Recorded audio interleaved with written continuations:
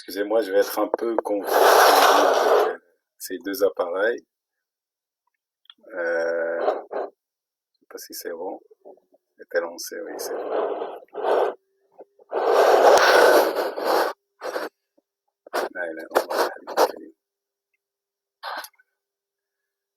Bismillah ar-Rahman ar-Rahim. On peut déjà commencer.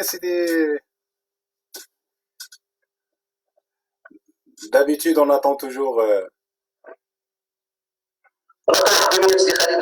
connexion, voilà, des frères. Mais entre-temps, est-ce que j'ai le temps de communiquer avec les frères sur Zoom? Parce que là, je vois des visages devant moi. Je peux pas me... C'est des Rachid.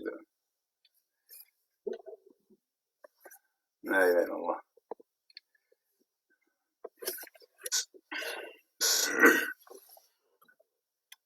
اللهم صل على سيدنا محمد وعلى آل بيته وصحبه وسلم.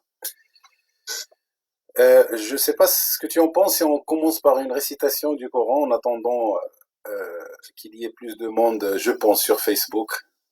Je n'arrive pas à suivre les deux en fait.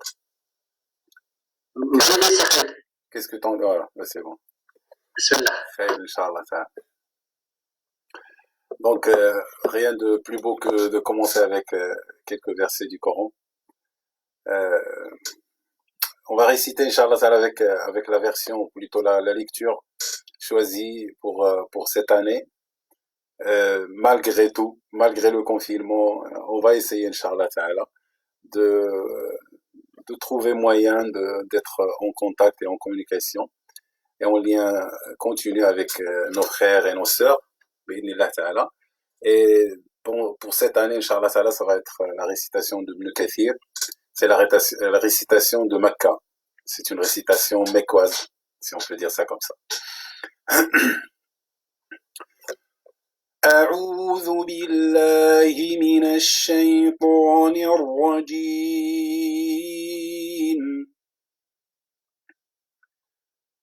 بسم الله الرحمن الرحيم. يا أيها المزمل قم الليل إلا قليلا نصفه أو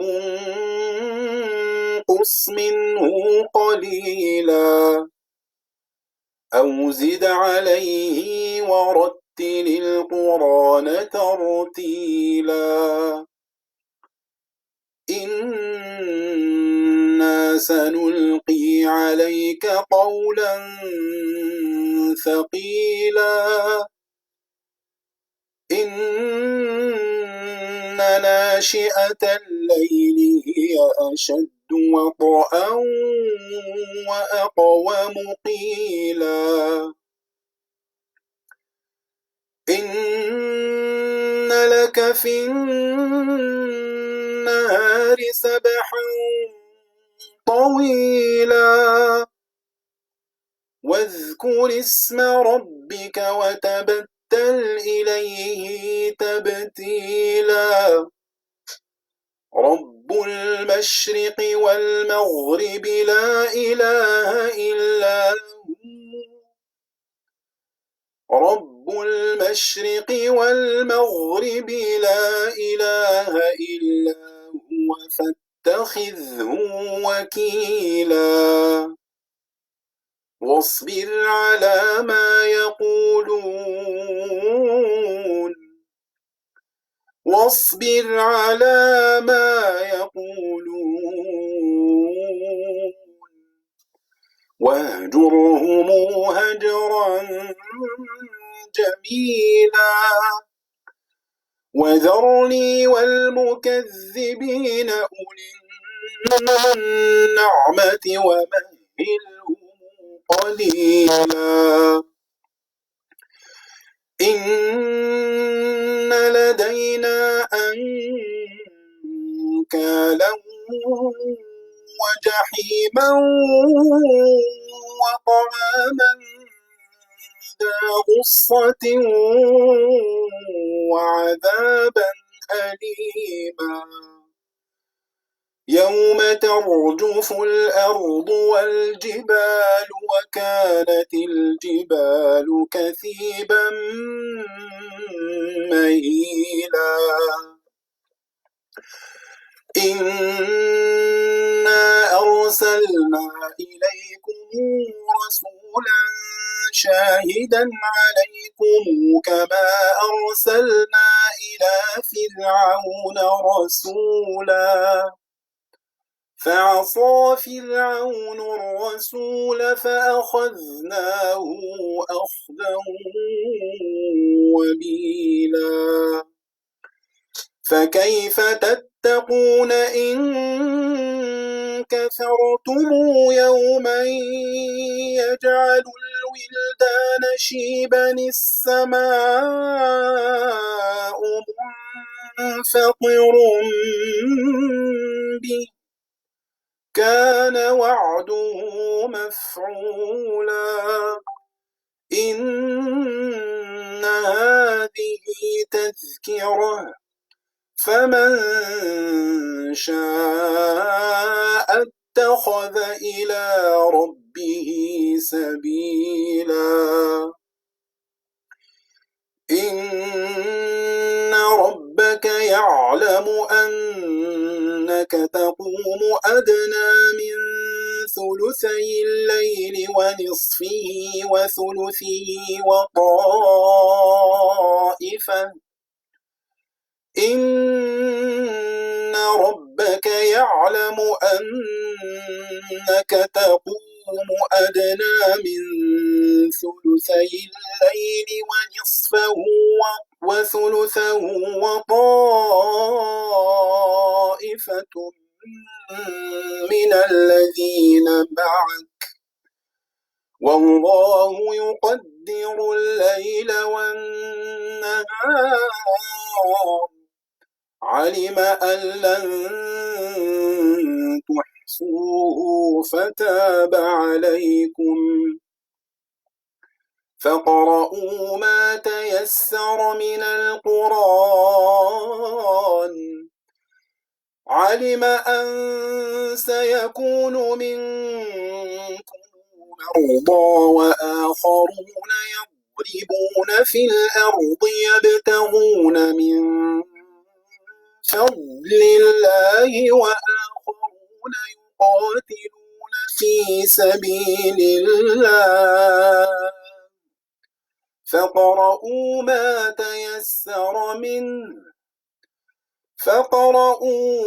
تيسر منه وأقيموا الصلاة وآتوا الزكاة وأقرضوا الله قرضا حسنا وما تقدموا لأنفسكم من خير تجدوه عند الله هو خيرا وأعظم أجرا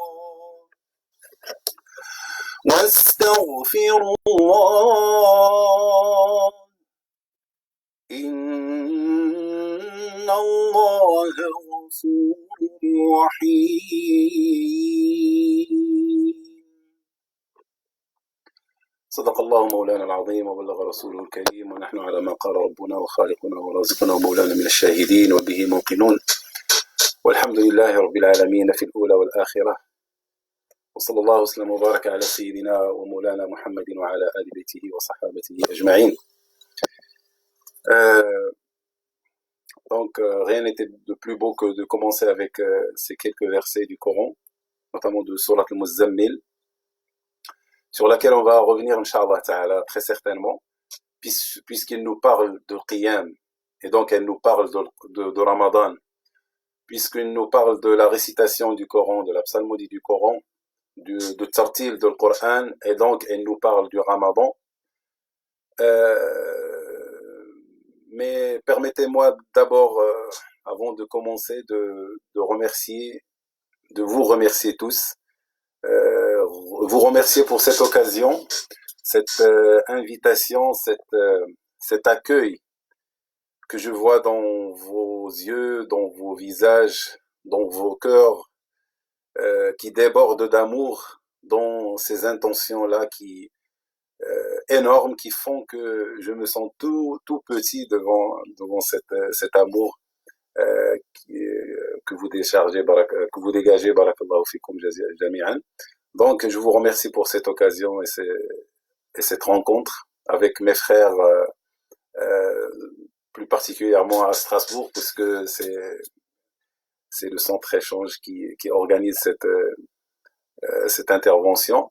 Mais plus largement pour tous les frères et toutes les sœurs qui nous suivent. Et je dis aussi bonjour à tout le monde, puisque voilà, il y a des frères et des sœurs en islam, mais il y a aussi tout un monde, alhamdoulilah ta'ala, qui est ouvert devant nous. Bon, donc je commence directement par le sujet, sans négliger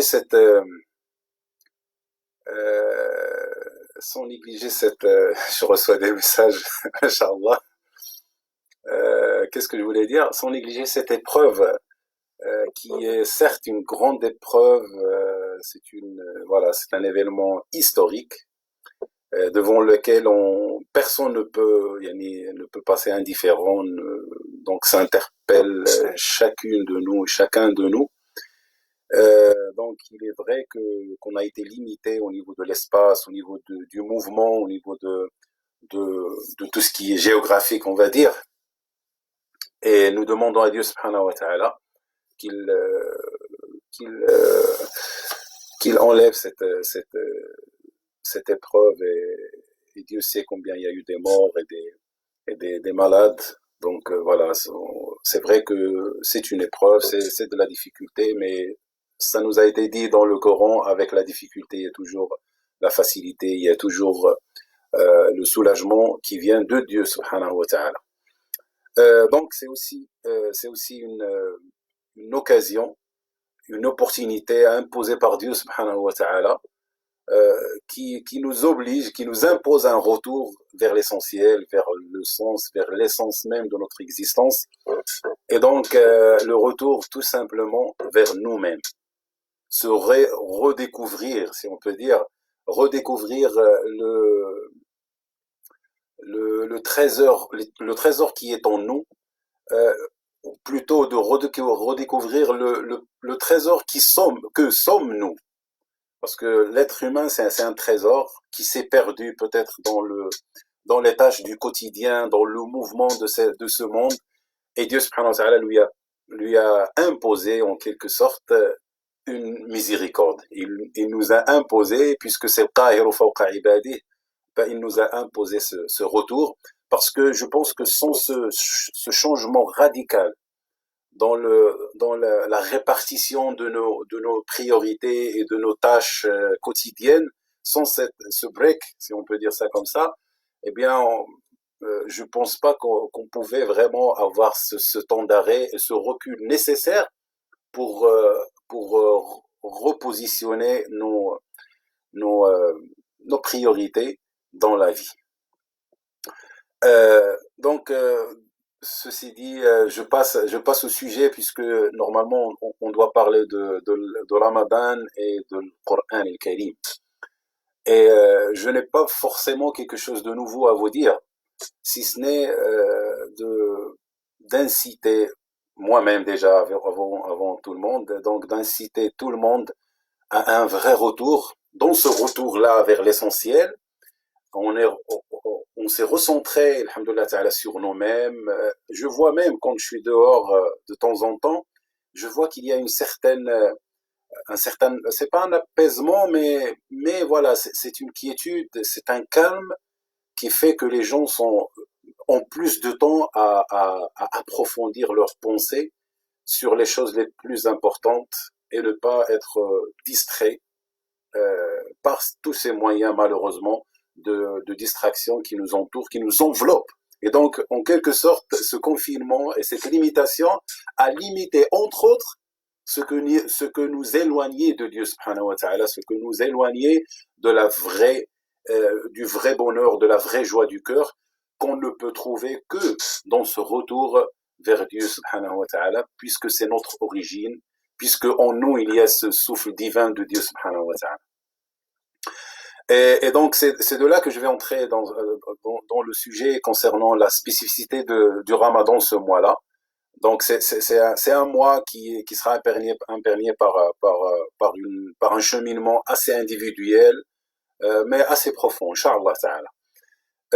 Je disais que ce confinement a coupé en quelque sorte tout ce qui nous coupait de Dieu subhanahu wa ta'ala, à savoir le mouvement, les tâches quotidiennes, la communication et le rapport des fois dans des futilités dont on perdait notre temps. Et le Ramadan, c'est un mois où il y a aussi la main de Dieu subhanahu wa ta'ala. La main de Dieu, je la mets entre parenthèses, comme ça a été cité dans le Coran, Yadullah.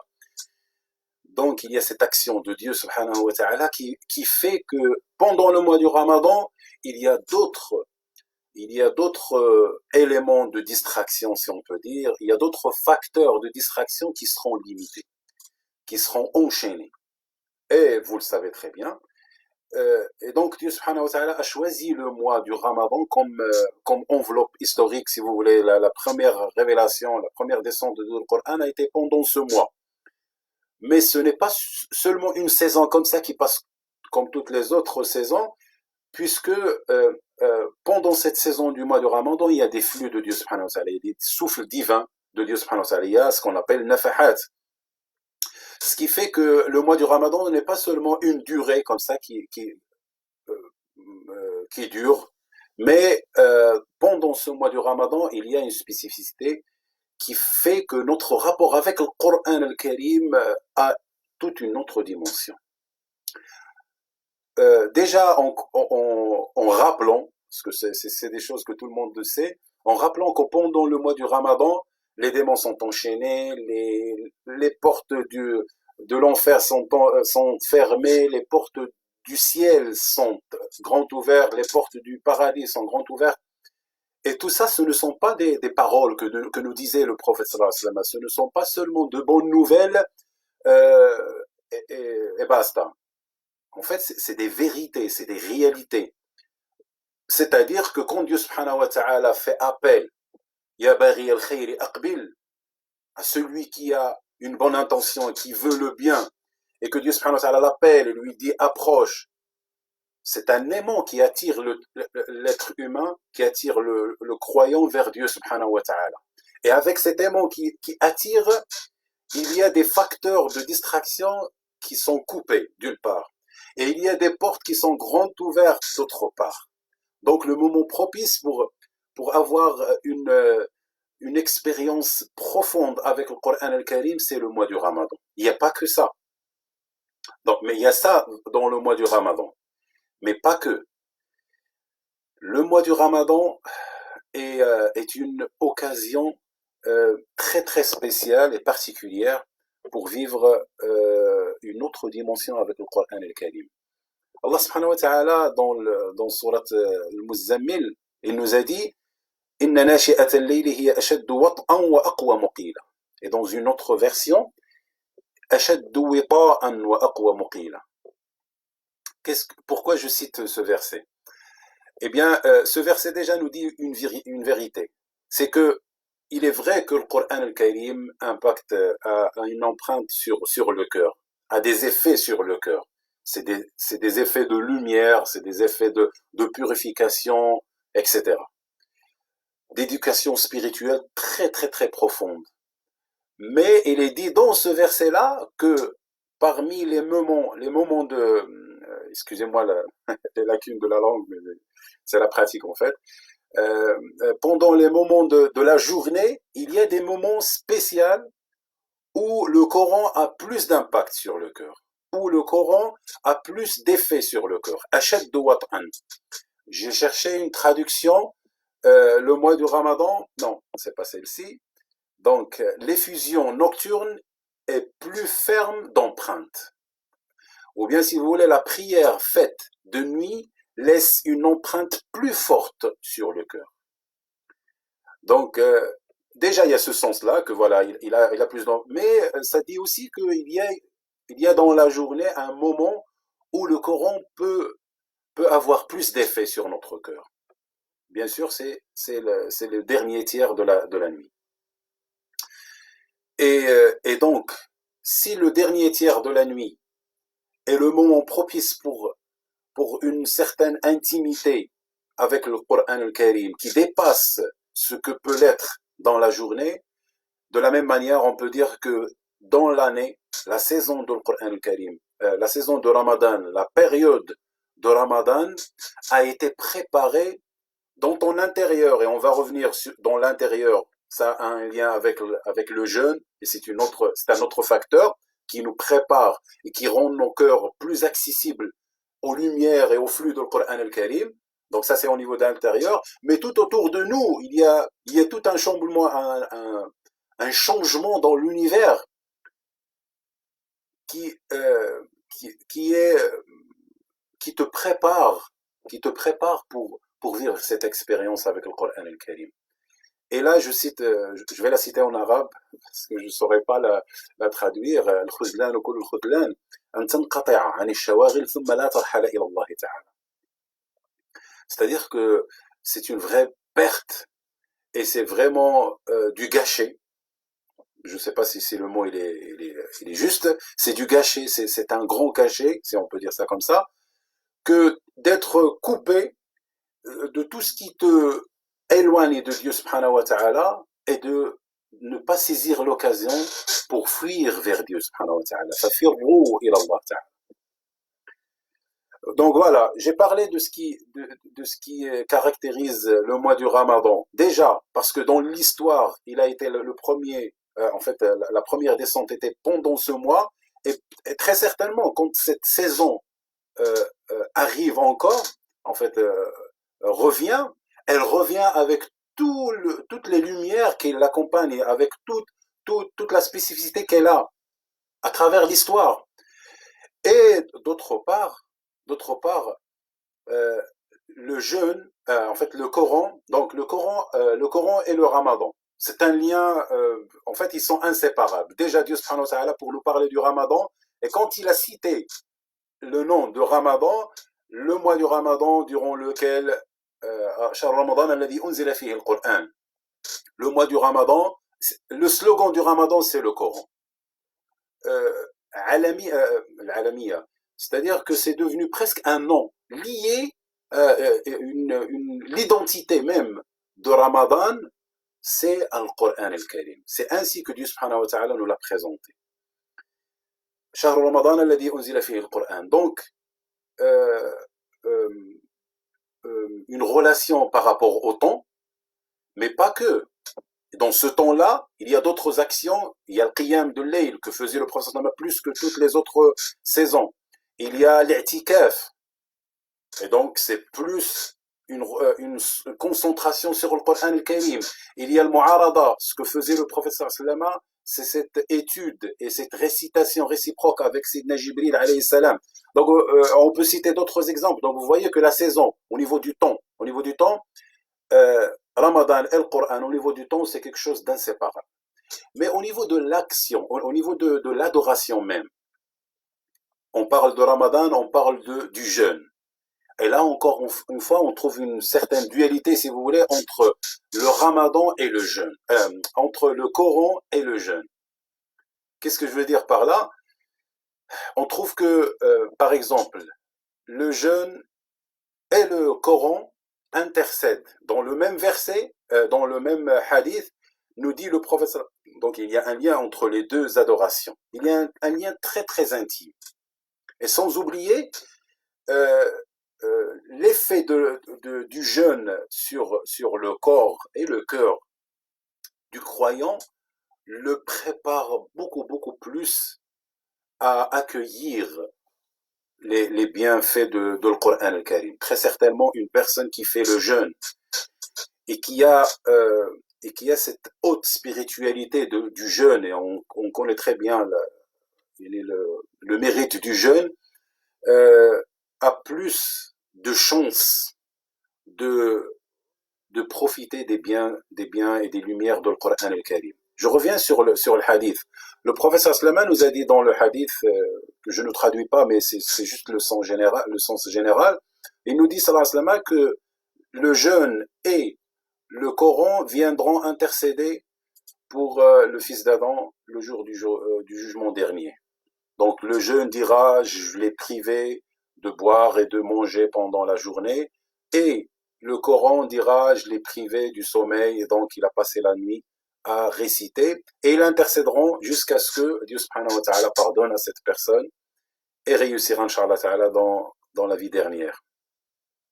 Mais c'est pas la seule chose qui coïncide entre le jeûne et le Coran. Le prophète sallallahu alayhi wa sallam nous a dit que le Coran al-Karim t'élève à un niveau d'intimité avec Dieu subhanahu wa ta'ala qui est unique pour le Coran al-Karim, pour les gens de le Coran al-Karim.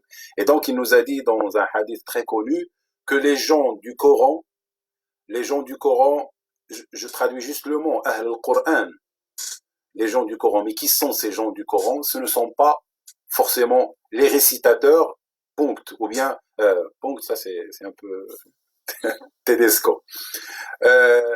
Donc ce ne sont pas les récitateurs, ceux qui récitent le Coran, sinon il nous a aussi dit que la plupart des hypocrites de cette communauté sont des récitateurs.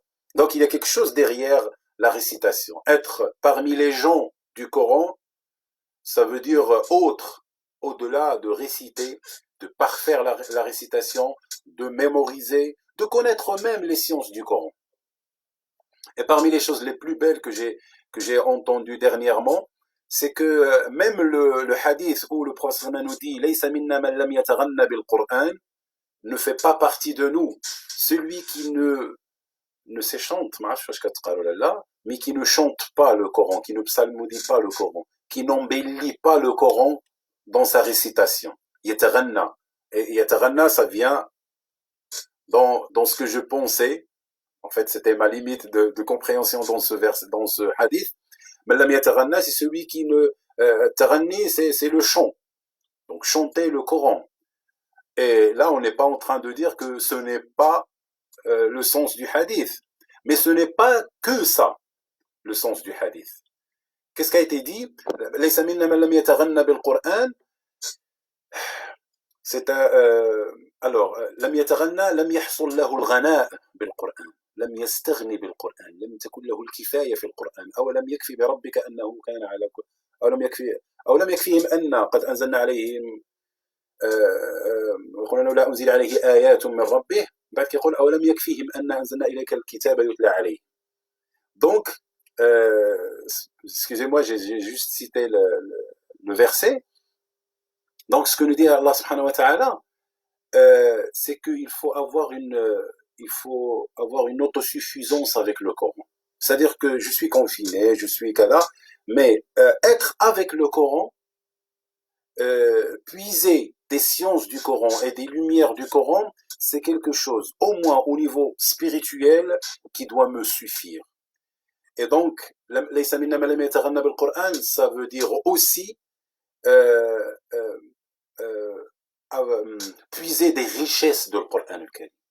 Celui qui ne puise pas des richesses et il va en puiser au point d'être suffi, d'être comblé. Voilà. Je pense que ça c'est un mot qui répond un peu à ce que je veux dire.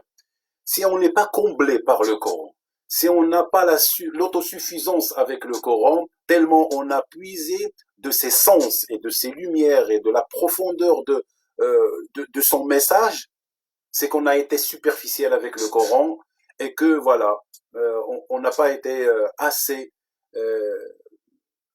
on n'a pas profité assez de le Coran al-Karim et donc laysa minna, hein, on fait pas partie, puisque le prophète sallallahu alayhi wa sallam c'est celui qui a par l'intermédiaire de son cœur préparé, purifié par Dieu subhanahu wa ta'ala, symboliquement par chaque sadr, par l'Isra ou le Mi'raj, etc. Ça c'est de la symbolique, mais sinon ça a été une réalité. Dieu subhanahu wa ta'ala a purifié son cœur et donc lui a permis de de profiter au maximum des lumières de Coran al-Karim. Donc voilà, on est pendant ce mois du Ramadan, et celui qui, pendant le mois du Ramadan, la yataghanna bil Coran, ne vit pas une autosuffisance avec le Coran al-Karim, n'est pas comblé par le Coran al-Karim.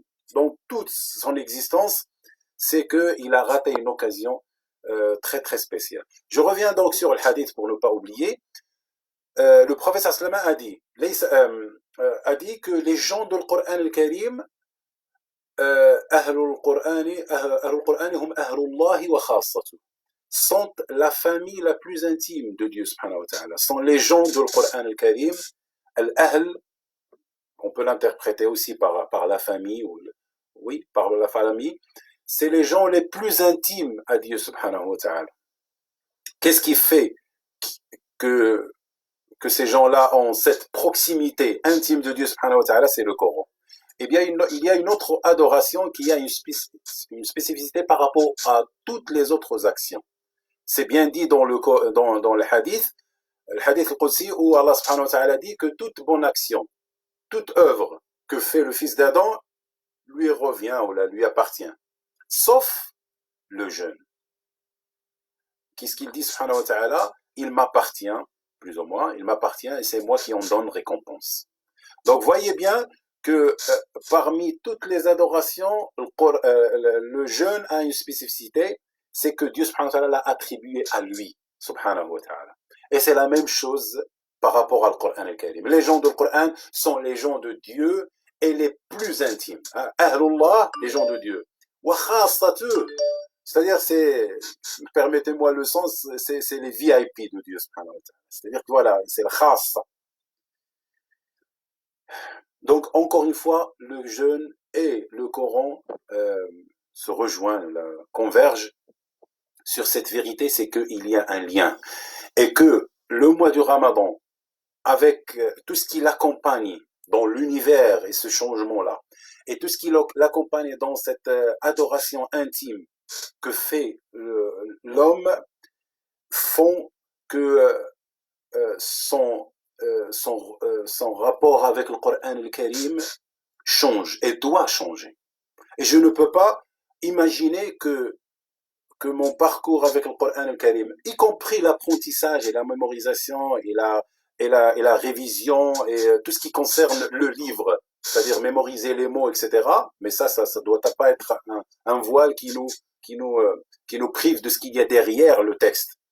Donc, même cette dimension-là je dois vivre voilà, le mois du Ramadan doit être un tremplin vers une expérience spéciale avec le Coran al-Karim. C'est ce que je vous invite à faire. J'ai oublié peut-être de parler de l'autre version où Dieu subhanahu wa ta'ala dit Ashaddu wat'an al-wat', bon, peut-être dans l'intervention en arabe à 14h, je vais plus m'étaler sur ça en arabe. Mais il y a l'autre version où Dieu subhanahu wa ta'ala dit wita'an. Wita'an, al-wita', l'imam Malik a nommé son livre al-Muwatta. Al-Muwatta, ça vient de la facilité.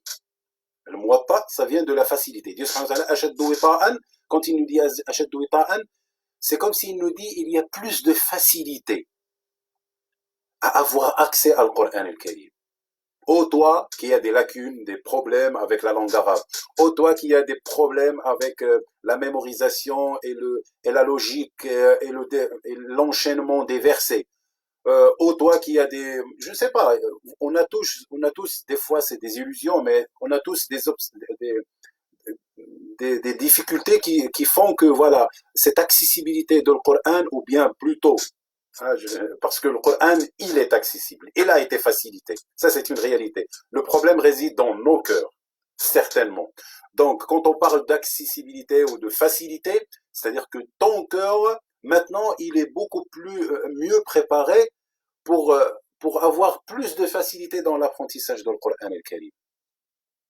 Et je répète, ce n'est pas que de l'apprentissage du texte. On aimerait bien que notre vie sourit par la bonne nouvelle de le Coran al-Karim dans ces moments difficiles.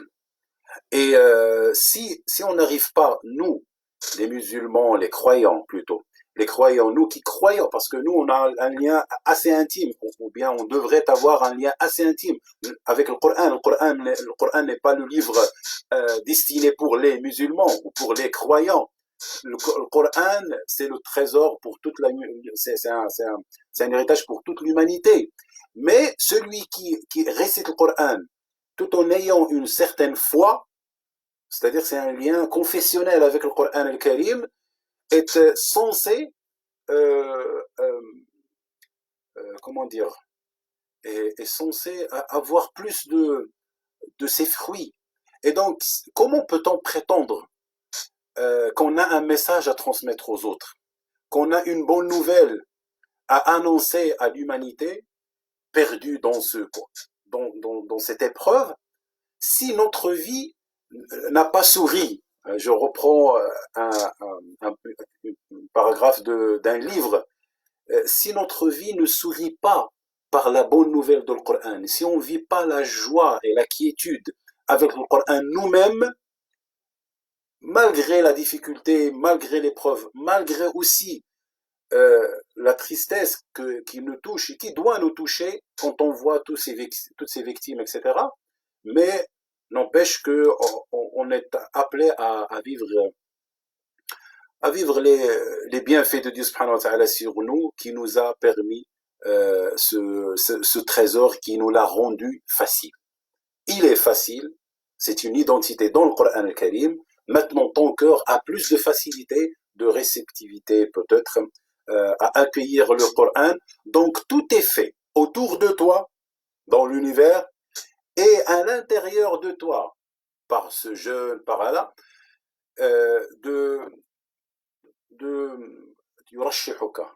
tu es candidat maintenant à être vraiment la personne qui a plus de chance à vivre avec le Coran al-Karim une expérience très très particulière. J'espère, Inch'Allah Ta'ala, pouvoir trouver un moyen, Inch'Allah Ta'ala, de rester avec vous tous en contact pendant le mois du Ramadan. On verra, Inch'Allah Ta'ala, des propositions de quelques initiatives pour vivre, ne serait-ce que de loin, l'ambiance spirituelle de le Coran al-Karim et la prière et les rappels pendant ce mois béni. Donc voilà, je m'excuse, j'ai pas bien préparé en français ce qu'il fallait préparer, et donc j'ai pas dit ce que j'avais vraiment à dire. Je vous donne rendez-vous aussi, il y a une intervention dans 20 minutes sur la salle qui va commencer en arabe, et peut-être que là on va peut-être mieux communiquer en arabe pour pouvoir, Inch'Allah, transmettre d'autres sens de ce lien intime entre le Ramadan et le Coran.